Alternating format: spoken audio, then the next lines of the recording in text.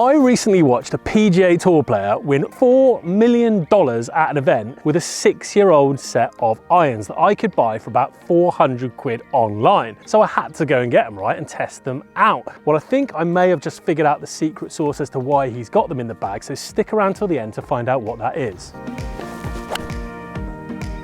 So the player in question was Russell Henley, and the tournament I'm talking about was the Arnold Palmer Invitational at the Bay Hill Country Club, and the irons I'm talking about were the Titleist T100s from 2019. So I really want to know what is motivating a player to be playing some irons that are 2 generations old.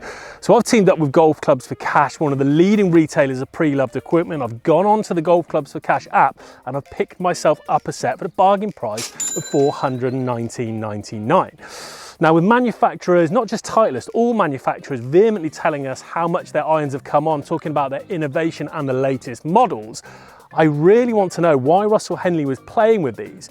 So I brought along the 2 later iterations of the T100, the 2021 version and the 2023 version. We're going to put them down, we're going to have a look, we're going to hit some balls, and we're going to investigate. So let's start with the looks. Let's have a little investigate into what he might be seeing aesthetically. And when I put them all in the address position together, say if I pick up the 2023 version, I'm just getting a nice compact cavity, thin top line, not masses of offset.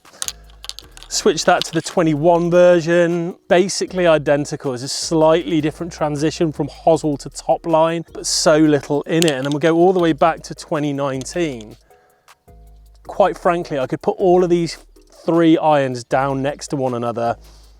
And even as an iron tester, I do this a lot and I do this for a living. I think it would take me a little while. I'm not even sure I'd get it right if I was to pick out the individual models. There's not a lot in it there, particularly from a playing profile point of view. The only discernible, tangible difference in the look would probably be the finish.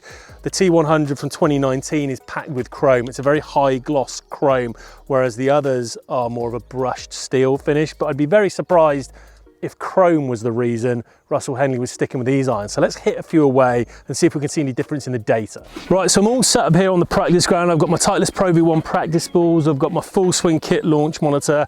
And I just want to see if there is any tangible difference between these models. So I'm going to start with the 2023 version. Let me clip some away, let's get some data and we'll have a little look.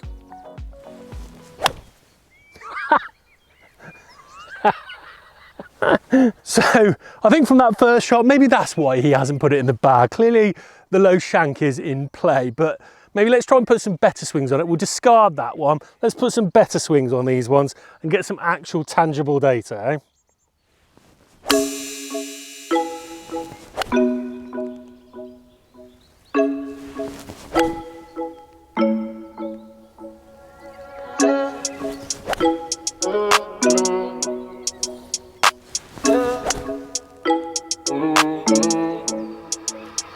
Okay, so that's the 2023 version. That's pretty much what I was expecting to see. I'm going to put the data up at the end, but I've been looking at that as I've been going along. That's pretty much what I expected to see. I've tested this quite recently, so no surprises there. Let's see what we get from the 2021 version, which is not that one, it's this one. Again, I'll hit the same amount away, and that'll give us a good average of what we're dealing with.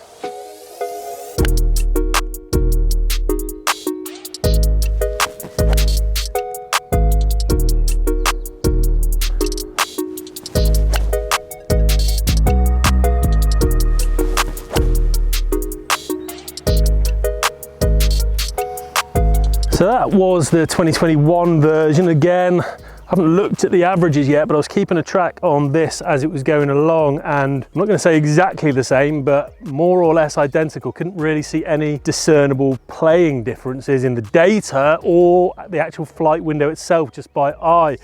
So let's go into that 2019 version and see if we're just going to see more of the same and just see whether it's just more of a familiarity thing rather than any actual discernible data differences. So we'll hit the same amount again and we'll see where we end up.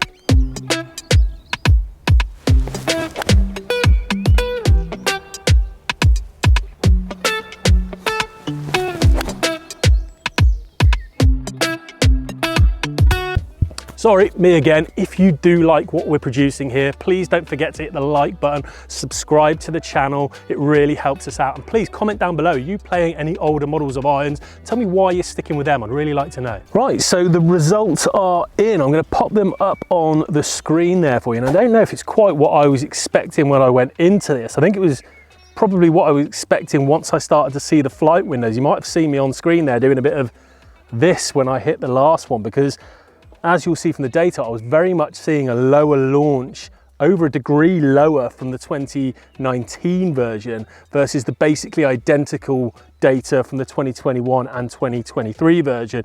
But with that lower launch, I was getting significantly more spin.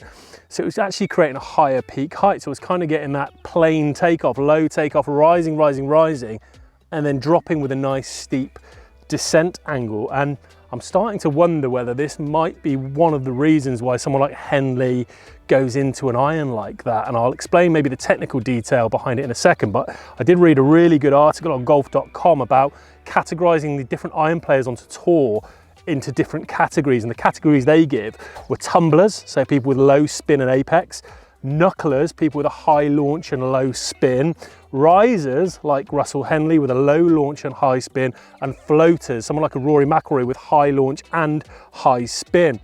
So courses like Bay Hill, for example, where Henley won the Arnold Palmer Invitational, those greens notoriously get baked out really, really hard, particularly over the weekend. So the ability to hit those low rising shots with a lot of spin and get a steep descent angle and hold some of those greens obviously worked really well for Russell Henley there. So I do wonder whether that might be something to do with the selection of this iron, and the technical reason behind that, in my opinion, has to do with the bounce angle. So if I pick up the 2029 version, I'm going to pop some B-roll up on the screen so you can see the bounce angle versus the 2021 and 2023 versions.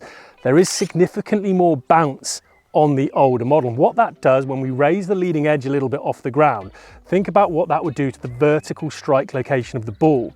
The ball's actually going to be impacting lower on the face of the iron because the leading edge is raised, so it's going to be lower than the CG. When we hit lower than the CG, we tend to launch lower and create more spin. And that's exactly what we're seeing with these irons. So that's the kind of secret sauce we're talking about that I do wonder whether Henley's tapping into to really maximize what he wants to see from an iron. And maybe he's not seeing that from some of the modern day irons. So potentially he's being really clever here by sticking to his guns, knowing that ball flight and knowing what he's going to get going into those really hard, firm tour greens. Now, I think there's a lesson in that for all of us. Quite often when we're being fitted or looking for new irons, we see so many fitters and even players just trying to win that launch monitor battle. What's getting it out there the furthest? What's most forgiving? But there are nuances within that you want to look at. Something like that, the turf interaction or even the vertical strike location that's going to produce the flight you want. If you're someone like Henley who plays a lot on really firm baked out greens, that could be something really beneficial to your game, that added stopping power. If you're someone who potentially plays in a lot of wind, you might want to go the opposite way. You might want to get an iron with a particularly low leading edge, very little bounce, so you're going to rise that strike location up the face and hit closer to or even above the CG, where you're going to get some higher launching but lower spinning shots that are affected by the spin. Now, I think there's something we can all learn in that. I want you to take that with you from this video. And one of the great things about somewhere like Golf Clubs at Cash is there are reams and reams of different options. You can go back through reviews over the years and find out the playing characteristics of all of these irons. Just work out what's going to suit you, what's going to suit your game, and you can pick up some real bargains. Like I said, these irons cost me $419.99. So compared to some of the prices today of some of the newer stuff, that's very, very favorable. Be smart, really work out what you need from your iron and get into the details.